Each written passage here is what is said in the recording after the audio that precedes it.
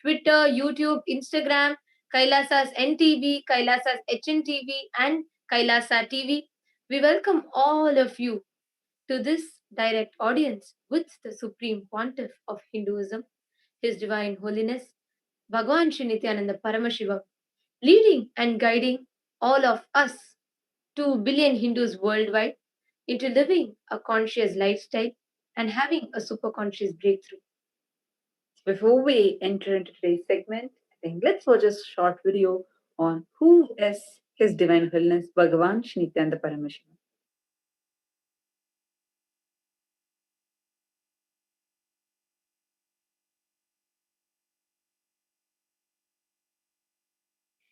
I am as old as sun, as new as sunrise.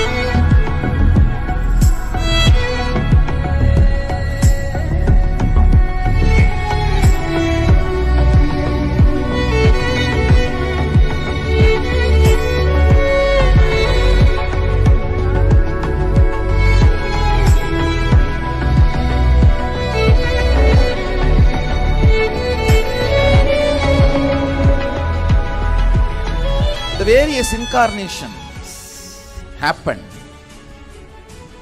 gave a breakthrough to consciousness and gave opening to the next level. My responsibility is to introduce new consciousness which manifests powers of Sadashiva. As Mahamandaleshwar of Mahanirvani Akada, the oldest apex body of Hinduism, I welcome every one of you.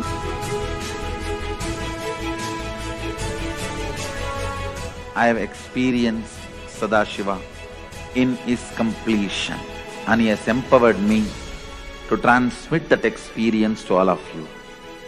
It's my commitment to all of you. I'll make you experience and manifest Sadashivatva, powers and state and space of Sadashiva. When you manifest powers, naturally the state of Sadashiva and space of Sadashiva starts manifesting in you. More power manifestation, more integrity, more unclutching, more nirvikalpa samadhi, more joy, more restful awareness, more responsibilism, more enrich, more bliss.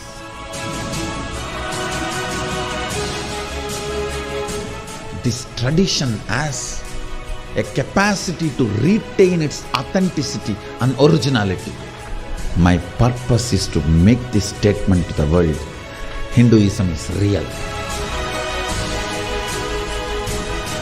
Ideas move from mind to mind. Energy moves from space to space. Cognitions move from body to body. That is why even Sadashiva needs a body. He assumed the body because he needs body to transmit these cognitions to you. Whatever I am doing is reviving the original science as expressed in Sanatana Hindu Dharma, Vedas and Agamas of the Hindu tradition.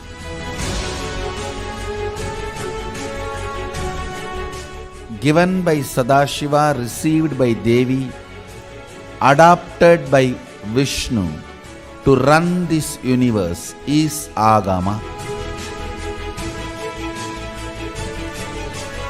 Agamas insist on us serving beyond our frame.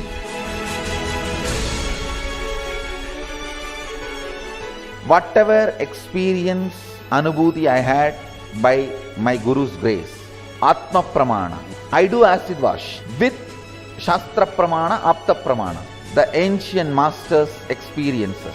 Whatever finally stand, I share it with the world as Sakshi Pramana.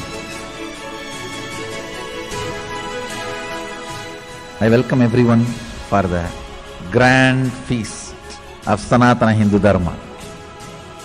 Let us go on contributing.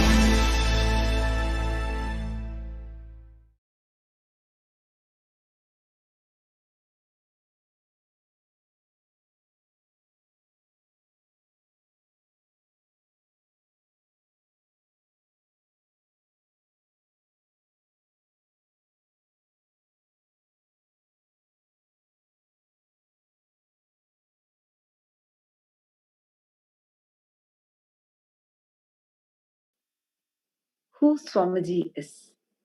His Divine Holiness Bhagavan Shri Nithyananda Paramashivam, the reviver of Kailasa, the ancient enlightened civilization, the great cosmic borderless Hindu nation, the only Hindu nation in the world.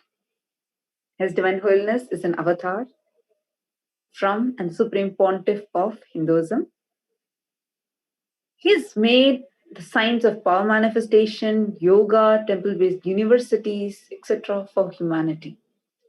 The sovereign order of Kailasa, led by His Divine Holiness, and the Nithyananda order of monks, nuns, and the Hindu diaspora are continuously working for global peace and to give a superconscious breakthrough to humanity. Nithyananda Hindu University, which is the world's largest Hindu university, with excellent campuses in over 150 countries, is collecting, organizing, preserving, time capsuling, decoding, spreading, and reviving over 20 million source scriptures of Hinduism and the 64 sacred arts and sciences like Ayurveda, music, dance, sculpting, astrology, Vastu, Arthashastra, etc. His Divine Holiness is the 293rd Guru Mahasannidhanam of the Shyamala Pita Sarvajna Pitam, which is an ancient epics body of Hinduism, and he is the present emperor of the Surya Vamsha Surangi Samrajyam. And His Divine Holiness has survived the worst persecution of multiple assassination attempts on person and character by anti-Hindu elements. And despite of all of the attacks, still Swamiji, His Divine Holiness, is continuing to contribute to the humanity.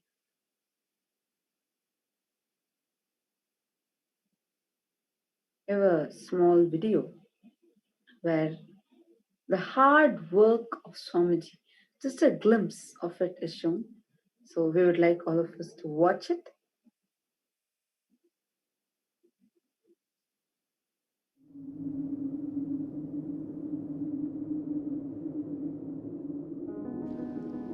The first and foremost sacred secret I want you to know: integrity is falling in love with your higher personality. Understand? You do have Sadashivatva in you. You are hardwired for it. It's not that your Sadashivatva is gift from somebody. No. Understand? Just like how when you fall asleep, you put an alarm and tell the alarm, hey, wake me up tomorrow morning. Same way, that's exactly the way I sent my gurus. I sent my gurus to the planet Earth ahead of me and said, hey, I am coming. Wake me up when I assume the human body. My alarm clocks were my gurus. Hey, wake me up. Understand? They just reminded me to fall in love with my higher personality, Sadashiva.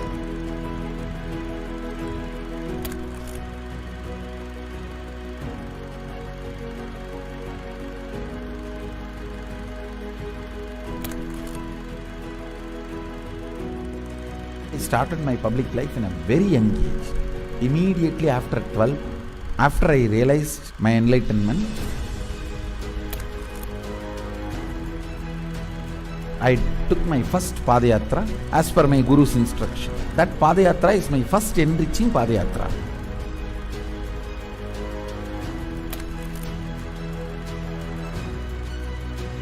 See, I should say, I started organized public life in 2000. But my public life started when I was 12. How I started my public life? One person at a time. I'll walk from village to village, sit, spend some time, and small boy, naturally people will be curious, all alone. They will come and try to talk to me. Then I'll start talking to them and start enriching. Whatever little way I know.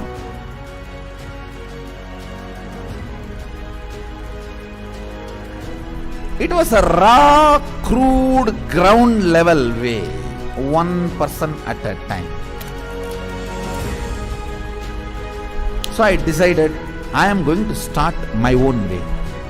One person at a time.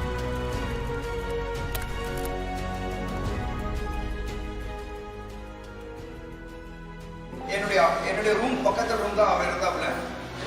ஒரு சின்ன இரும்பு பெட்டி ஒன்று இருக்கும். அந்த இரும்பு பெட்டியில தினந்தோறும் காலையில் 5 மணிக்கு எழுந்து ஒரே நபர் எங்க ஹாஸ்டல்லே முதல் நபர் அவராக தான் இருப்பாரு. குளிச்சுட்டு வந்துட்டு தினந்தோறும் பூஜை செய்வாப்புல. பூஜை செய்து விட்டுட்டு யாரெல்லாம் அவர்கிட்ட போயிட்டு ஆசீர்வாதம் கேட்கிறாரோ அவர் திண்ணூர் வச்சு இன்றைய நாள் நன்றாக இருக்கும் அப்படின்னு சொல்லி எல்லாருக்கும் ஆசீர்வாதம் பண்ணுவாப்புல. ஏன் அவர் சிரிச்சுட்டே தான் இருக்கிறாரு. ஆனால் அந்த சிரிப்பினுடைய அர்த்தம் எனக்கு இப்போதான் கரெக்டாக புரியுது. ஏன்னா அது ஒரு தெய்வீக சிரிப்புன்னு சொல்லுவாங்க. அந்த தெய்வீக சிரிப்பை என்னால் இப்பவும் நல்லா உணர முடியும்.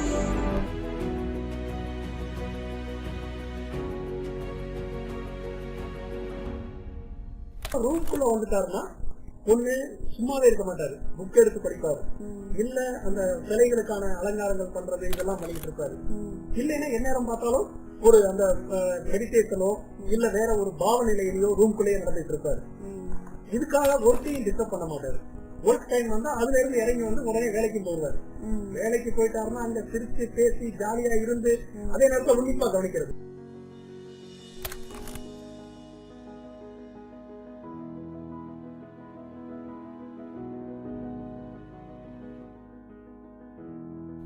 Parivrajaka Yatra happens only when you move out of joy.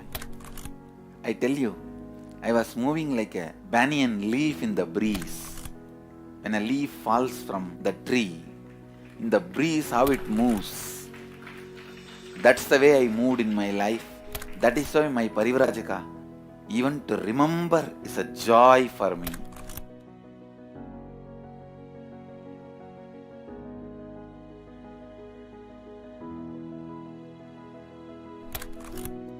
I tell you, shortest distance between 2 points is a straight line. So most smartest strategy is hard work with integrity. That's all. That's the most smartest strategy. I decided, let me sit and start doing, start empowering, start enriching. It's actually, that is the way I remember me even now. When I close my eyes, I don't remember me sitting in a golden throne. When I close my eyes, I only remember the boy, village boy with a stick on his shoulder, a kamandalu. Before Hindus could recognize, I have created a very powerful enlightenment ecosystem. Everywhere, spiritual awakening is happening, enlightenment is happening. People are manifesting enlightenment, manifesting powers, everything. Kailasa is reviving the enlightenment ecosystem. The Kailasa will be the place where almost million power manifestors are living and running. At least 10 million temples and monasteries, which are spiritual embassies of Paramashiva, and reviving this enlightenment, power manifesting civilization. Kailasa is a place where everything related to super consciousness is revived. All the sampradaya, all the spiritual ecosystems.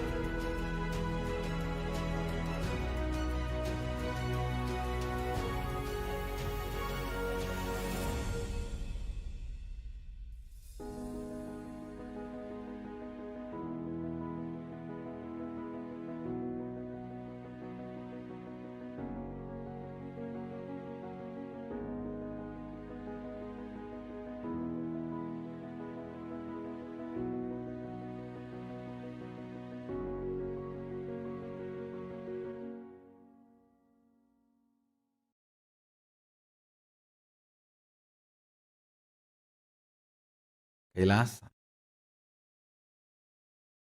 is a place where everything related to super consciousness is revived. All the sampradaya, all the spiritual ecosystems created for enlightenment will be revived. And established in such a way, it never gets lost again. There forever serving the humanity.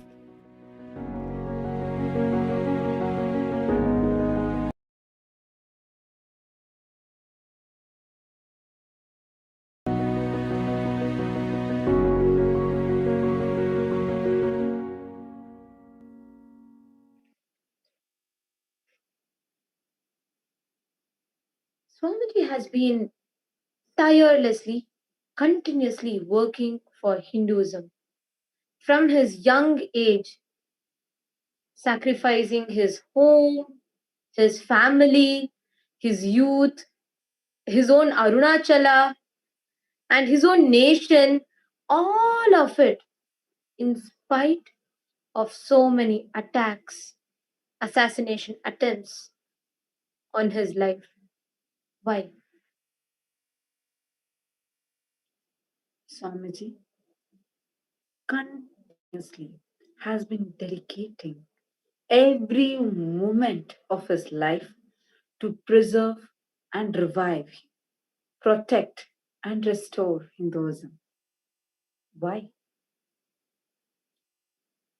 in today's segment, we're all going to be addressing some of these fundamental questions that each of us have in our minds about why Kailasa, why this Hindu nation, what is Kailasa? Understand, most of us are very familiar with people saying, oh, Swamiji has created a nation already, there is already Reserve Bank for that. Yes, there are so many people talking about it, where some are admiring it, many are wanting to become a part of it, some are even ridiculing it, but some are genuinely wanting to know what is Kailasa? Why do we need a Hindu nation? Why do we need this whole Kailasa being built for Hindus? This whole segment is going to be addressing each one of your questions on why Kailasa and what is Kailasa. And for your questions to be taken live, you all can post your questions on Twitter using the hashtag Nithyananda.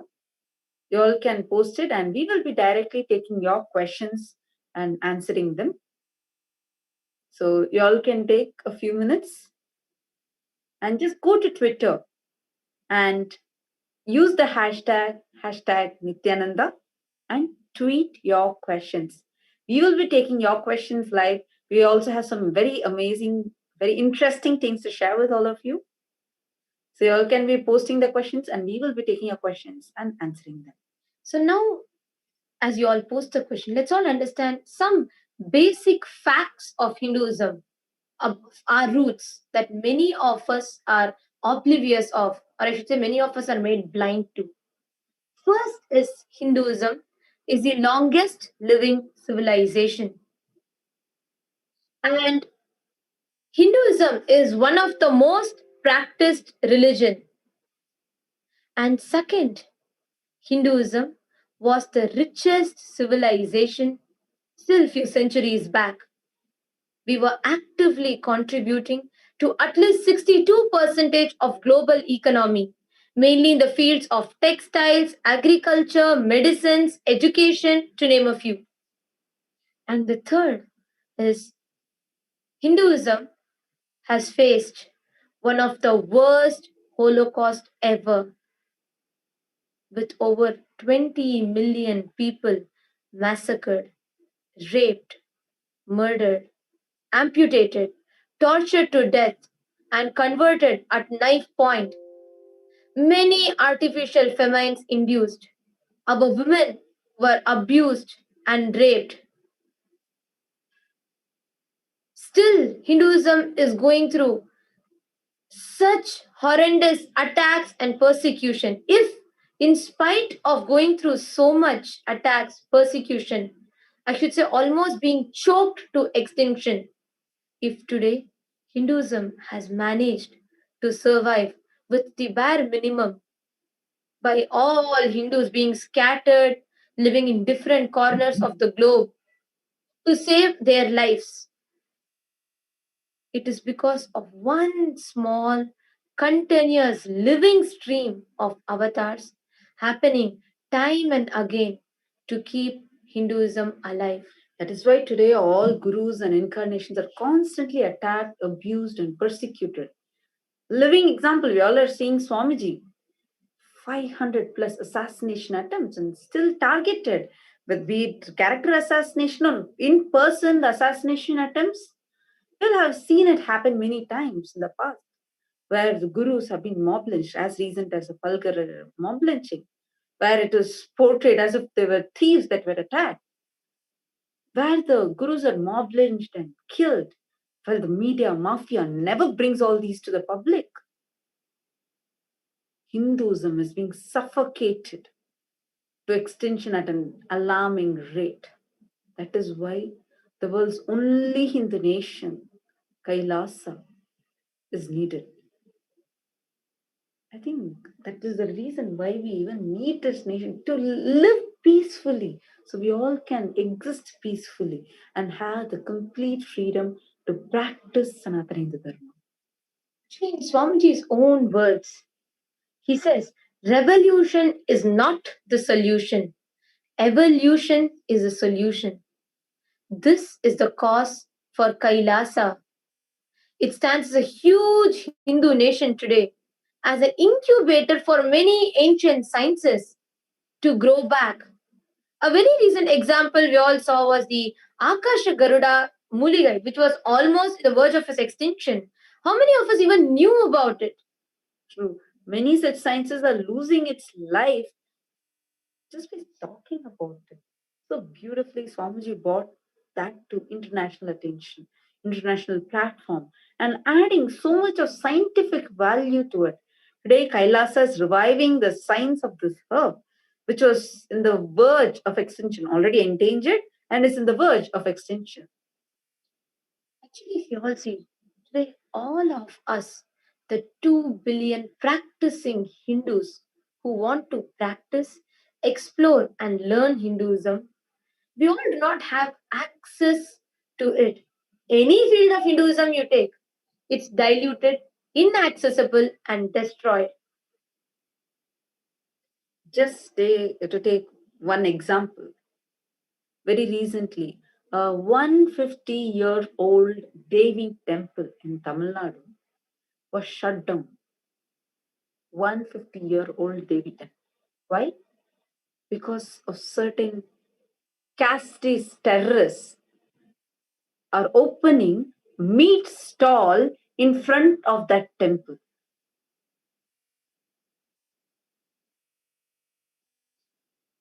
Some mafia, casteist terrorists, they are able to close a 150-year-old Devi temple. Actually, even have a news clipping of that, because not all media channels talk about it. The media mafia gang isn't interested in Hinduism surviving. It was so shocking to see how that priest, he's coming and he's begging, he's making videos, he's filing complaints. No attention. The whole meat shop in front of a Devi temple, such a sacred temple, and they're abusing that space, they're abusing the spiritual ecosystem, and they are making sure that no person, not a single devotee, is able to come into the temple. And because of that, already the priest doesn't have any revenue except for if the people come and offer something to them. See how the ecosystems are being destroyed. Now, no action has been taken about this. Meat shop there is a big meat shop illegally that is kept right next to the ancient temple, Devi temple. The smell of that meat is stinking inside the temple. And the priest had tried many times. They even closed the temple because of it. Understand, deities are living. If a temple gets closed, who will offer the Naivedyam to the deities? Continuously targeting and attacking the Hindu sentiments. I think we all should watch the clipping to know how the temple was just shut down and that whole ecosystem destroyed. You all can see the video clipping.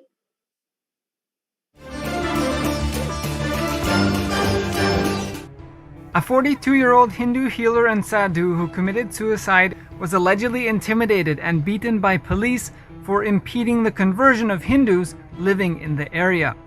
Shivanadyar Saravanan of Salem district in Tamil Nadu was reportedly thrashed and shamed August 14th in front of his children and villagers by a group led by Sub-Inspector of Tevur police station. According to locals, Saravanan was a Hindu healer who conducted pujas and provided an effective solution for healing for people in the area. It is alleged that healing by the sadhu was causing an impediment for missionary militants in the area looking to lure people to convert away from Hinduism by the promise of healing along with conversion. Sarvanan said in a video he recorded after the assault that he was unable to maintain his dignity after being abused in front of his children and neighbors. Sub-inspector beat me up thinking he can do anything with the power he got, he said. Sarvanan was reportedly tending to healing 2 people at the time he was thrashed and beaten by a group led by the local sub-inspector. Sarvanan's mother had told that she saw marks of physical torture on her son's body behind his neck, shoulders, back, upper arms, and buttocks. Another interesting point is that the post-mortem of the body was done on the spot. The body was not taken to the hospital for post-mortem.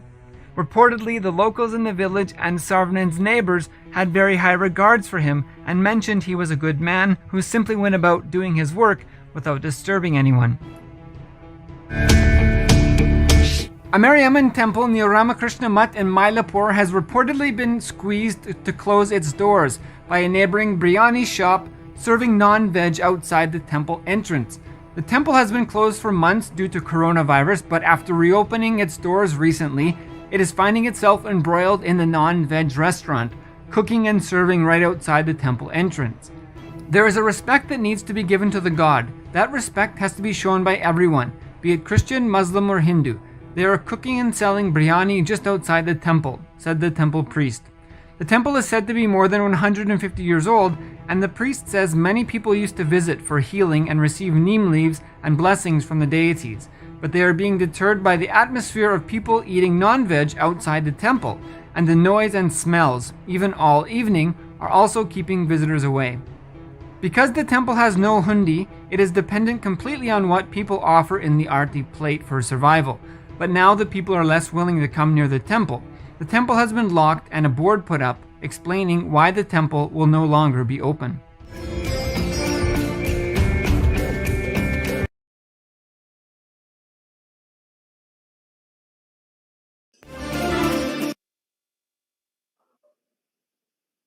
What all of us saw now is just one example of all that has been happening to Hinduism.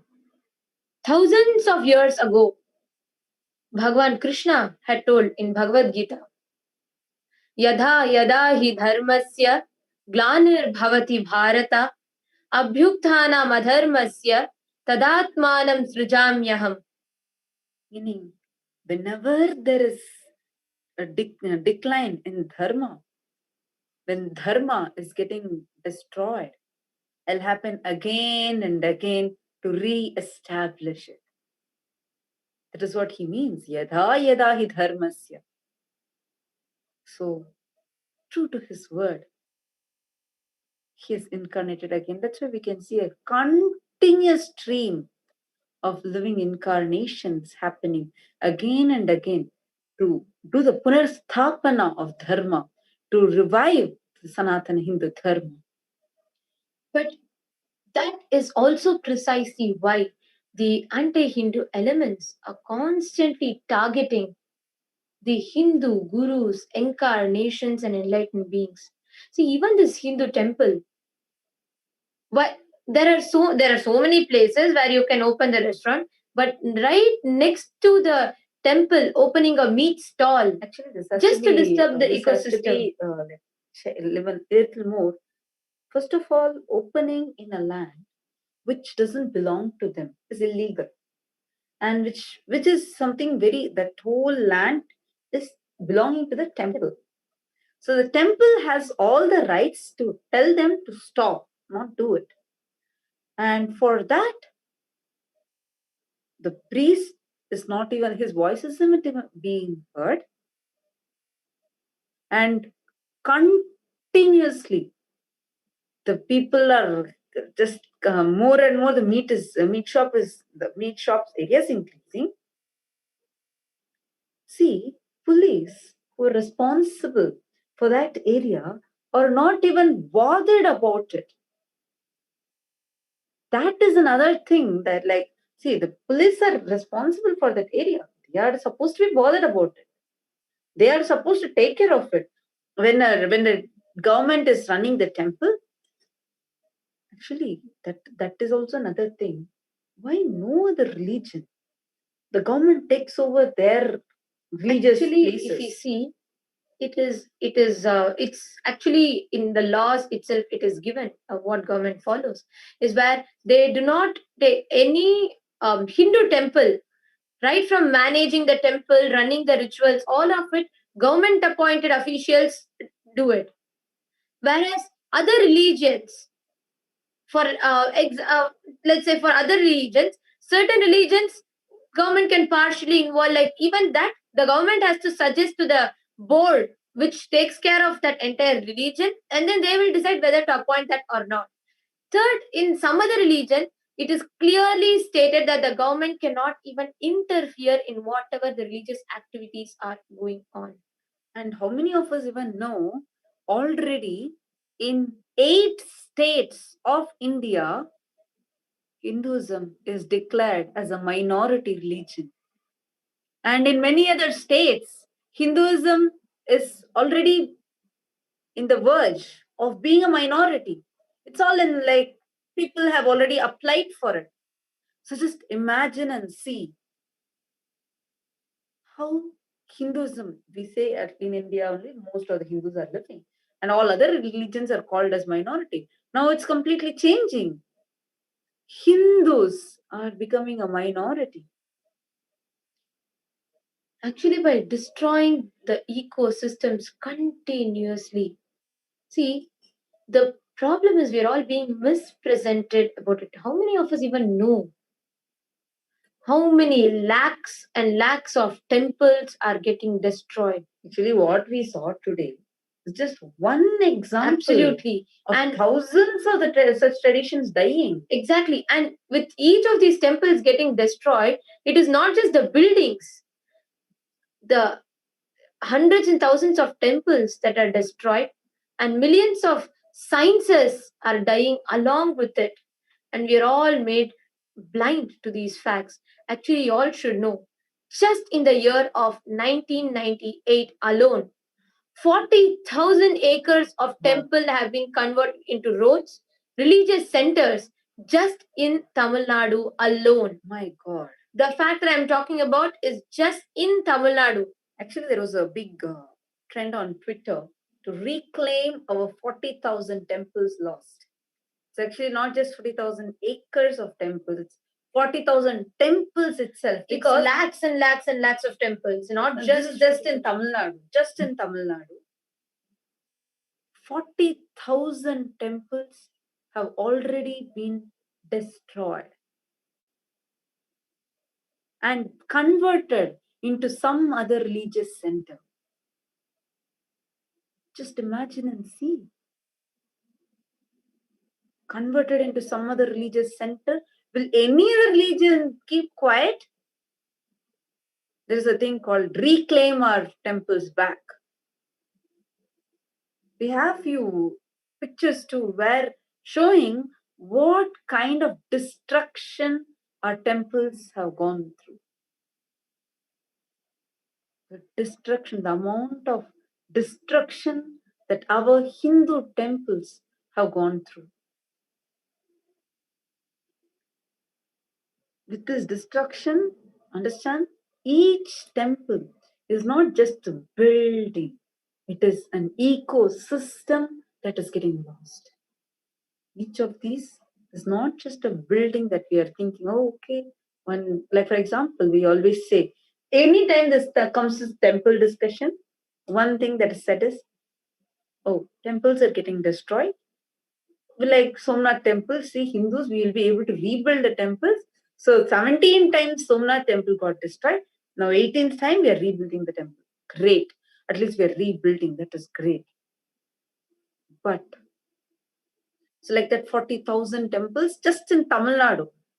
This is a list that is known. Actually, if you see, there are 1 lakh temples that are missing. Like you go and see, you'll see a complex there now. Like you'll go and see there's a shopping complex or there is a restaurant, there's a business building. The place where temples once existed. That nobody even talks about. So what happened to all the treasures in the temple? What happened to the deity? So sometimes the deities are made of gold.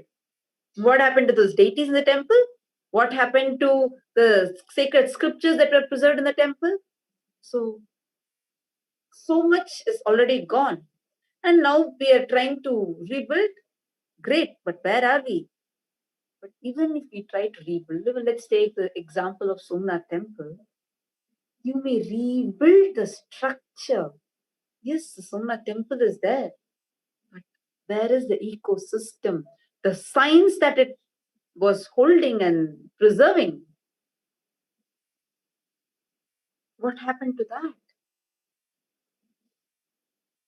And each time, with each of these temples getting destroyed, all the sciences that we are losing, we all need to know that the amount of destruction is happening. We all think, oh, it has happened in the past, or it is already happened. No, it is happening every day. We are made blind to it. As recent as April, the HRNC department had, it's an open statement. It is an open. It's in the news where they had told openly that top temples in Tamil Nadu alone have given 3,000 tons of rice to be distributed for the coronavirus pandemic shutdown all across Tamil Nadu for a grand celebration of another religious festival. Whereas later, just few weeks later, Understand, our Hindu religious festivals have been stopped.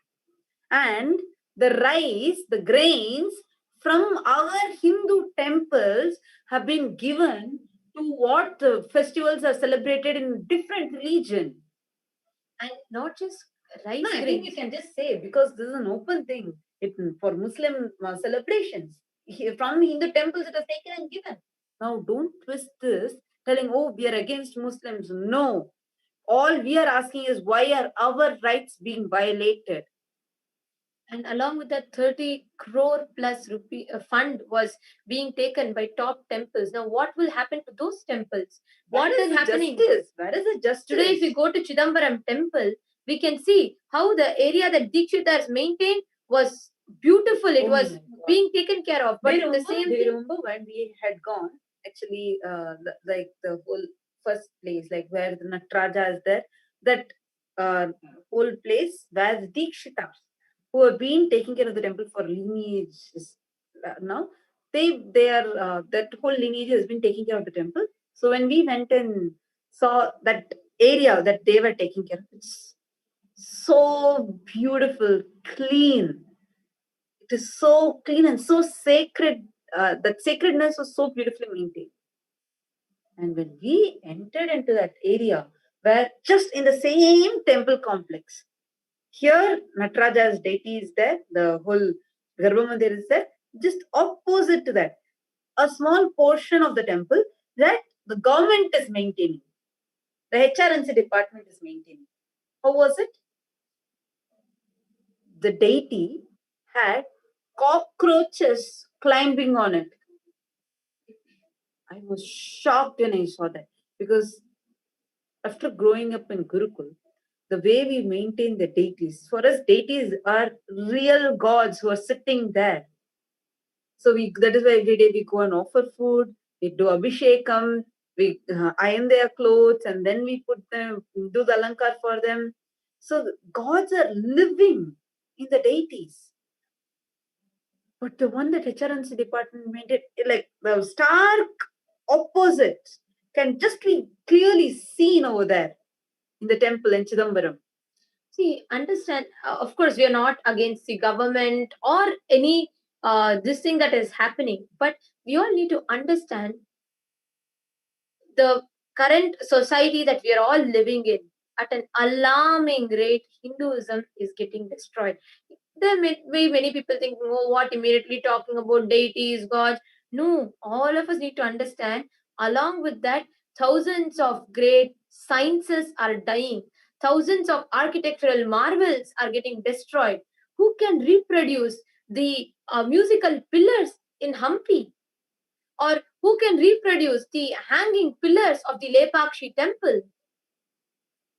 I think we all can watch a small clipping on the These are all the musical pillars in Hampi, and all of us can also Actually, watch. just to tell about Hampi, what all of you are seeing, each of those pillars have a unique musical note. So you go the thin pillars, you go and tap them. You will actually hear the sarigama padanisa, the notes, the Carnatic musical notes. You will be able to hear just by tapping the stone pillars. They are stone pillars. They are not any metal. They are stone pillars. We had this science of identifying the right stone and putting it in such a way that when tapped, it produces that exact musical note. This particular picture that all of you are seeing now is from the Hampi temple, where the musical notes can be heard this by tapping the pillars. We also have a short video clipping on Lepakshi temple. See, Lepakshi temple has a unique thing. This is a different temple that I'm talking about. The pillar of the Lepakshi temple, huge granite pillar, will be hanging, where you can actually put a cloth underneath it, and see. We have a small video clipping that we would like you to watch.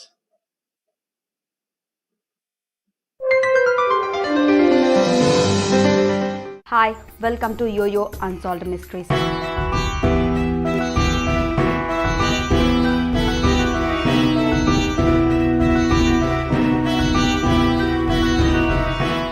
Mystery behind the hanging pillar of Lepakshi.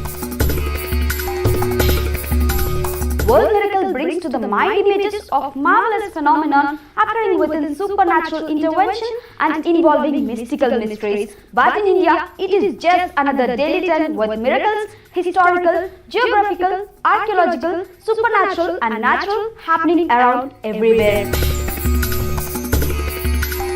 One such spectacle of Indian history to ponder over is the hanging pillar at the Veerabhadra temple in Lepakshi, a small village in Andhra Pradesh. Hanging pillar in Lepakshi is a medieval architectural wonder to witness. Empire of Vijayanagara, Lepakshi is an epitome of magnificence and brilliance. The village was founded as late as 1538 AD by Maharaja Aliya Ramaraya of the Vijayanagara Empire. It has an interesting association with the Ramayana. The lore goes that when Lord Rama met the dying bird Jatayu here, he helped him attain moksha by saying the words Le Pakshi, which in Telugu means rice bird. Hence the village got its name as Lepakshi. The most interesting architectural art of Lepakshi is the hanging pillar of Veerabhadra temple. Out of 70 pillars, one pillar does not rest on the ground. Hangs in the air with enough space between the ground and base. There you can spread a newspaper or any other cloth, you can clearly witness it. Which was built in 1583 AD in the Vijayanagara style of architecture by brothers Virupanna and Veeranna. So after a survey by Archaeology India, they proved that pillar was not built by mistake, but it was built intentionally to prove the brilliance of the builders of the time.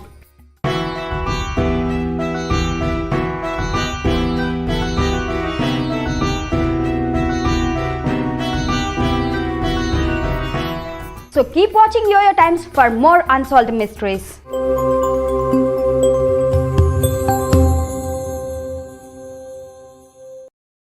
Example. But like this, there are so many sciences that are lost. Now, who can till today, the one in Lepakshi temple or the musical pillars in Hampi, nobody is able to reproduce these sciences. Actually, even in the 7 wonders of the world, these marvels are not even told. Absolutely. I was watching a video where, like, what others from different parts of the world think about Hinduism. You know, Hinduism is told as Satan worshipping religion, Satan worshipping religion. That is, I was shocked. They said that is how they learned about it. Like, Hinduism is introduced to them as if it's Satan worshipping religion. Oh my God. And it's many other people believe Hinduism as some blind faith-based religion. These amazing sciences We are a scientific religion. All our sciences are much advanced. We have science for every single thing. That is why Swamiji always says, like if anything that Swamiji is reviving, be it power manifestation or the science of Advaita, science of completion, he always gets the Shastra Pramana, the scriptural reference of that particular truth that Swamiji is reviving, and he explains to us from, we have a very clear system. One is the Shastra Pramana, then Shastra Pramana is scriptural reference, Apta Pramana, which is, well, like how the great enlightened beings earlier who were there have lived this science. Third is Atma Pramana from Swamiji's own experience. And fourth is the Sakshi Pramana, how we are living today and manifesting that. Maybe it is a power or the truth, how it is being applied in our lives. And fifth is Pratyaksha Pramana. Pratyaksha Pramana means scientific research to whatever level science is caught up, or we even do like scientific studies and researches to establish it. So it's a completely quantifiable religion. Everything said in Sanatana Hindu Dharma has a science behind it. Be it as simple as don't eat after Sandhya, where in Shushruta Samhita, Shushruta declares like not like that human beings should only eat between Pratha to Sandhya Kala and not after Sandhya Kala, means not after sunset. It is scientifically proven now that if you eat after sunset, how it the microbes that are alive and active during the night time might enter your food, and it will cause an imbalance in your microbiome inside your guts. That is why today 80% or 85% of Americans have gut issues. America is just one country that I'm just quoting, but throughout the world, all of us have issues related to our gut, because this was never told to us. It was just ignored as some superstitious belief in Hinduism. Hinduism is an amazing religion that's completely scientific and quantifiable.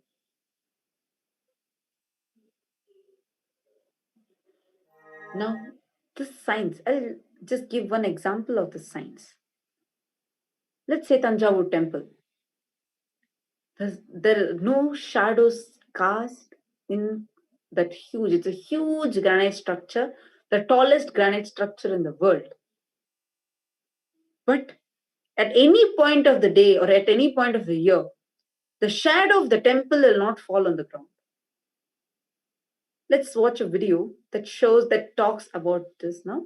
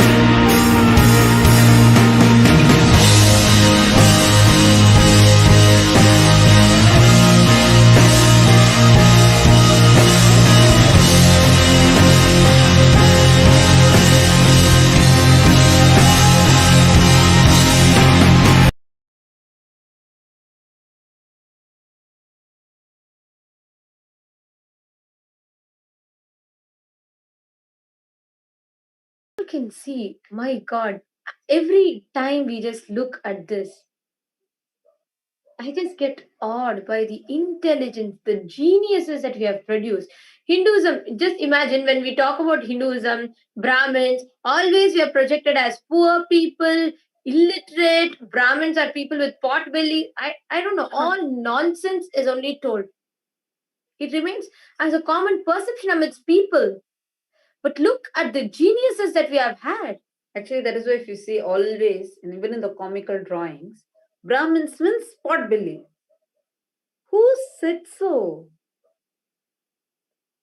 Actually, if we see even the rishis or the deities of the rishis, nobody has a pot belly. It is not that if they have a pot belly, it is not carved. There are deities, like for example, some of the traders, some of the chettiyars who have donated, they if they have a belly, their belly is also carved in the temples.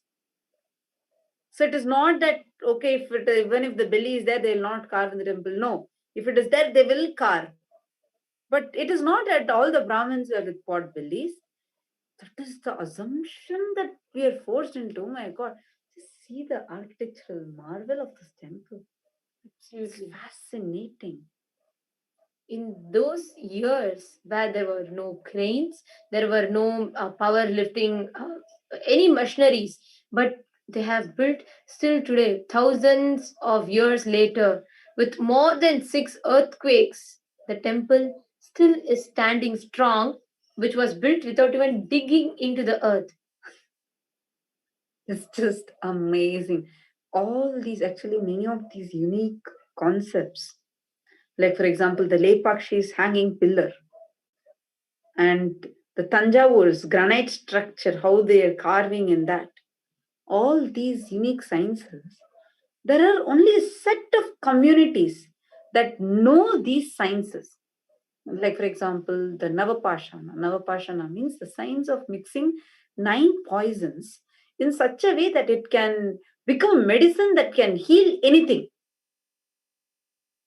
It's a very extremely powerful science that can convert that can even change any liquid that flows on it for at least 1.5 minutes. It has the power to convert it into the whole molecular structure, converts it. That's science. Navapashana, the person who knew it at last, even that person, he wasn't able to teach to his next generation because the next generation was no more interested in the science because they saw nobody else is respecting the science. So they went off to a software job, and the person who knew this at last died.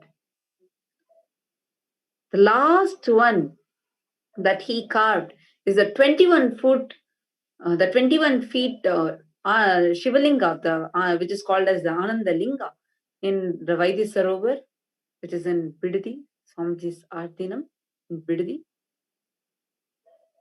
It's a huge 21 feet linga, Shivalinga, completely made of the Navapashana stone. So every time the milk is poured on the Shivalinga, milk gets spoiled very easily. But the milk that is poured on this Shivalinga doesn't get spoiled even after 2 weeks.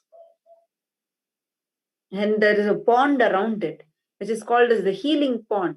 Many people, like even if you have some disease like psoriasis, leprosy, and even if you have arthritis, many problems, just by you bathing 3 times, just taking 3 dips, not even 3 times, just 3 dips in that pond, you'll be healed.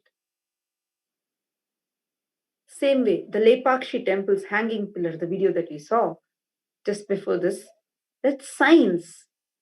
Swamiji is reviving it by building the golden temple. There are going to be few pillars like this, which are going to be hanging pillars. A unique architectural style, because Swamiji revived all these only, the attacks even started. Actually, they remember this particular science. Swamiji, we all were sitting with Swamiji, including that Kulnari, and when Swamiji revealed about this, the whole plan was leaked to the media. And not just that, Today, that Kulnari Janardhan goes to the media and tells, oh, where is the temple? Where is the temple? So many times. In spite of him, still today the temple is continuously getting built, the construction is happening. But so many times, he never let the temple work happen. Be it to get all the vendors, he will go and leak, like she was saying, he will go and leak the plan that is there to all the media, or he will go and cause some problem with the people who come as, the architects, the people who come to carve the deities, and he will come and report back telling as if their people are not interested, there is some delay. There was so much of obstacles he put in the way.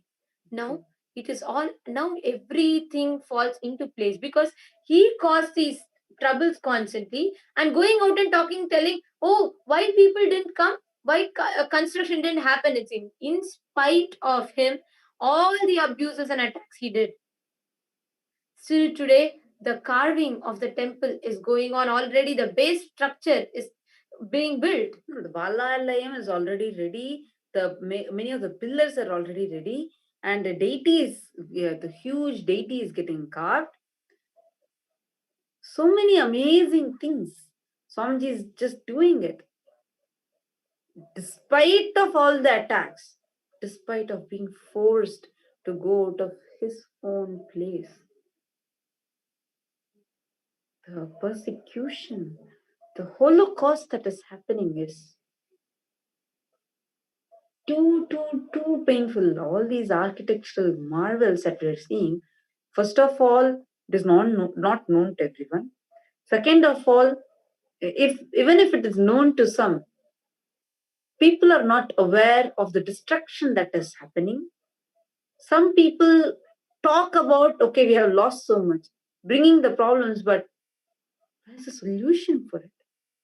What can each one of us do for it? Actually, many of us may feel that, we all are knowing about it, like you're telling, but many of us immediately, what do we all think? See, now, because now so many archaeologists, so many historians are finding about more and more about Hinduism, which has been one of the most ancient and evolved and highly intelligent civilization.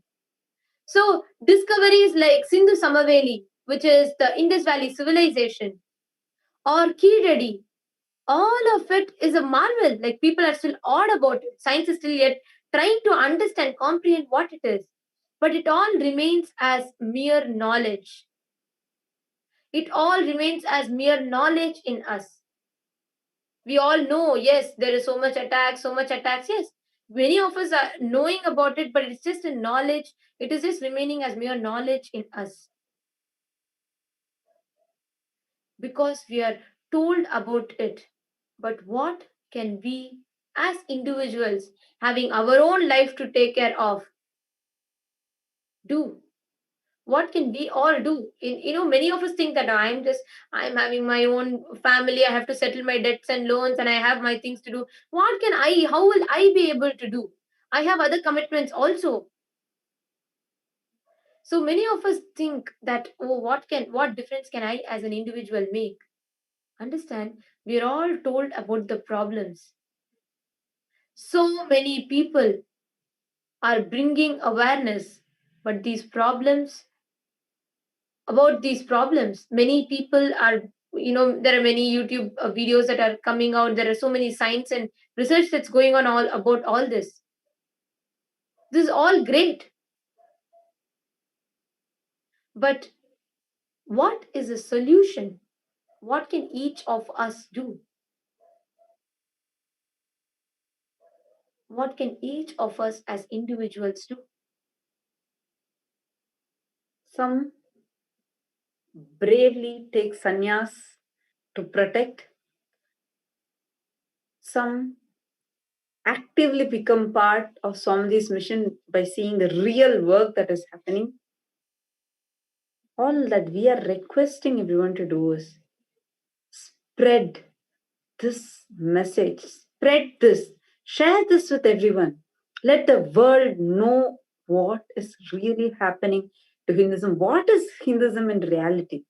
And let us stop persecuting the avatar.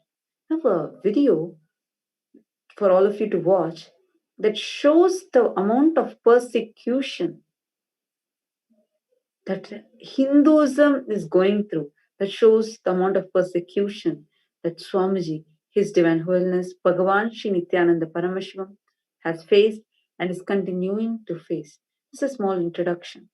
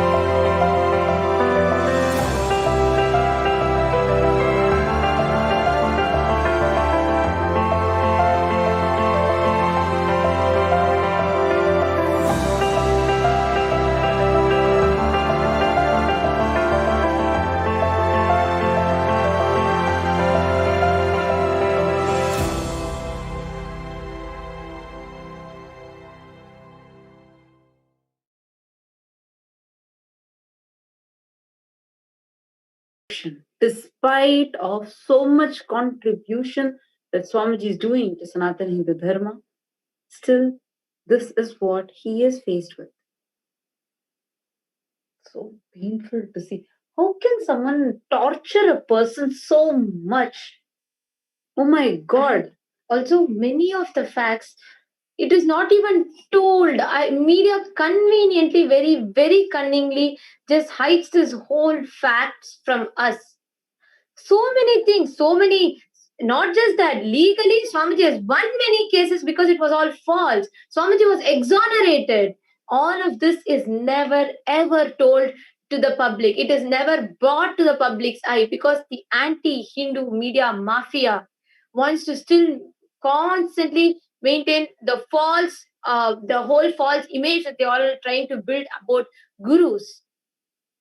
Actually, all of you can, I know many of you are boiling by now when you saw this thing as Hindus, as the disciples of Swamiji who have experienced, who have had amazing spiritual experiences, healing experiences, so many other benefits. Take a moment and tweet what you're feeling on Twitter. Just tweet it. We will read out how even all of your voices out to everyone. Let people know that really so many of us are resonating with this. You all can take a moment, use the hashtag Nithyananda, and tweet it on Twitter. You already have one person named Dits. So he has tweeted, watch Nithyananda TV now to learn about the current state of Hinduism. Yes, it is Sanatana Hindu Dharma, but we must also take responsibility. We must stand as pillars for Sanatana Hindu Dharma. That itself stands as the authenticity of our eternally blissful ecosystem. Hashtag Nithyananda. Thank you so much. Like this, we request every one of you. We encourage and request every one of you to take a moment, go to Twitter and tweet what you are feeling. Even if you have any questions that you want to ask about this, even if you have any questions that you want to know even more about Hinduism or what we are talking about, or you want to add how you are feeling about this, take a moment, go to Twitter and use the hashtag Nithyananda and tweet it. And we will share it with all our viewers who are watching from so many countries, more than 24 time zones across the globe. So coming back to this, that psychological torture, like as you were telling, Swamiji is exonerated, but that was never told because the continuous cheap cases that were slammed on Swamiji, just to show the volume of, see how many cases are there on Swamiji, cheap, very, very cheap. Like for example, there is one case, still I cannot come to terms with it. How can someone be so ridiculous in filing such a case? Even if someone can file such a case, how can the system just accept it? The case is, Swamiji has a printed cheetah cloth. A printed. It's like, even if you look on the TV, you will know it's printed. A printed cheetah cloth. And the stupid case which is filed on Swamiji says, oh, Swamiji has real cheetah skin. And that has and that is very, very illegal. He illegally holds cheetah skin. Come on. It's ridiculous. Wearing animal prints is a fashion. Absolutely. And more than that, for Paramashiva, Swamiji has that to print it. Like Exactly. It's so obvious. It's so obvious. Printed. See, all this actually happens to tire someone out, make them run, run, run, and make them drain their life into just fighting these legal cases. See, it is just a very cunning 3-step thing that is done, where first the guru, the target, is isolated. Here, Swamiji, an avatar, he was isolated, he was demonized in front of the media and the public. And second, continuously use the lawfare. So continuously shake the people, shake the devotees, organization continuously by disturbing them, draining their energy by spiral abuse and attacks on the media, defamation, character assassination. And the third is drain their life by continuously slamming, using legal lawfare. See, lawfare means while you use the laws, being technically right in using the laws and manipulating the laws to attack someone. Just we know many cases that are slammed falsely on Swamiji. They know that in the end they will not be able to win, but at least the time that they get, the time that they're able to drain out an avatar who has happened to serve Hinduism, continuously being attacked, so that all that energy and time is drained into just into all these legal cases and stopping the revival of various bold declarations that Swamiji has made. Even Kulnari Janardhan has used this exact same tactic. See, when already everyone knows that we are completely on our own, we are living, we are major, we are not kidnapped, but that even that Kulnari Janardhan knows that what he's filed is a false, baseless allegation. Even the But police just know who spoke to us, even the police know that we are not kidnapped and we are living the life that we want. And be such a baseless, meritless, baseless, blatant lie is filed as a case. Actually, some of you are putting the comments on Facebook pages. We request you to put your comments, the feedback that you're having, or the questions that you want to ask. Please take a moment, go to Twitter and tweet your questions with the hashtag Nithyananda. See, some of you are posting it on Facebook. We request you to post it on Twitter. So since we are checking the Twitter and we'll be taking the live questions.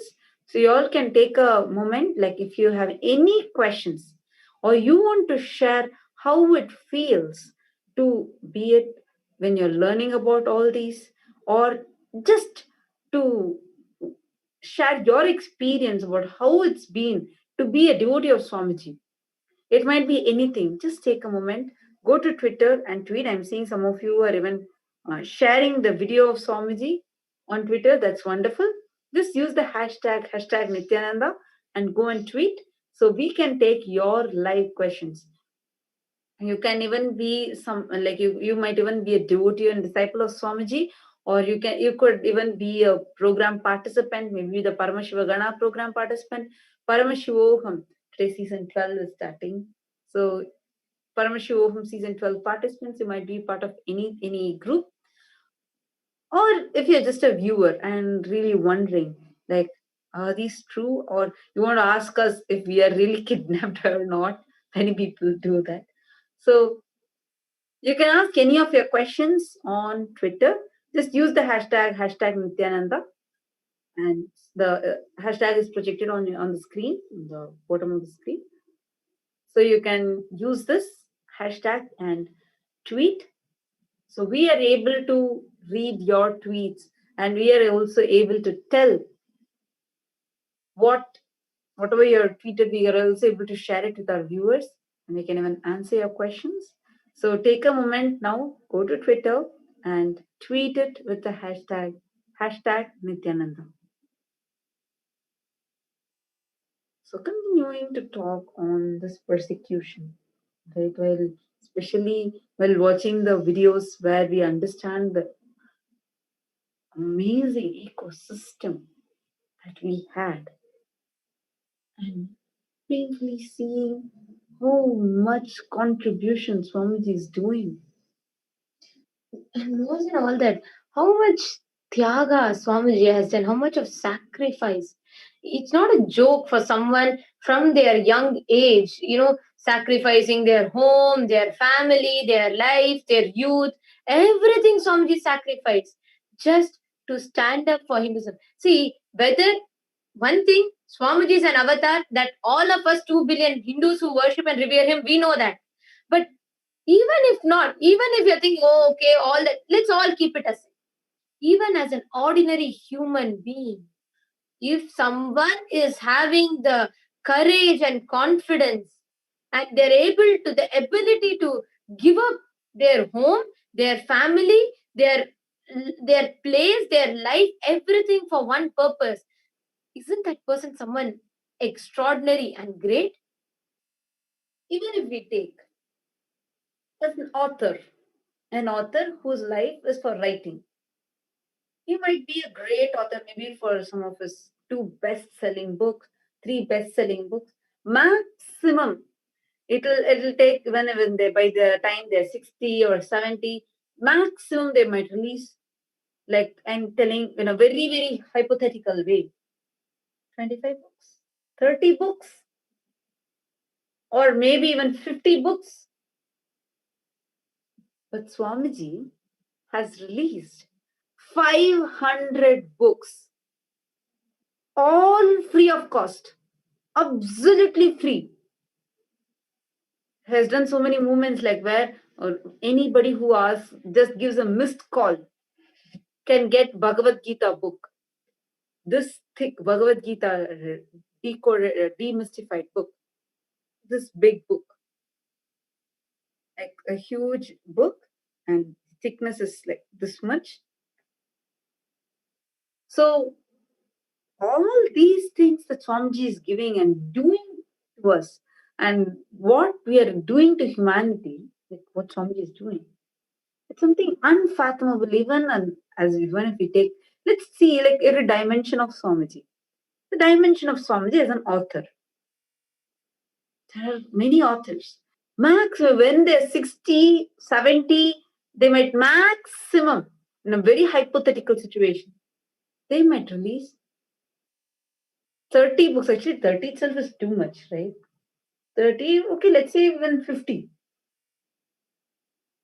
Swamiji has released 500 books in just in Tamil and English, 500 books, plus all these are translated in more than 170 languages. And all of these for free. Swamiji is giving it for free.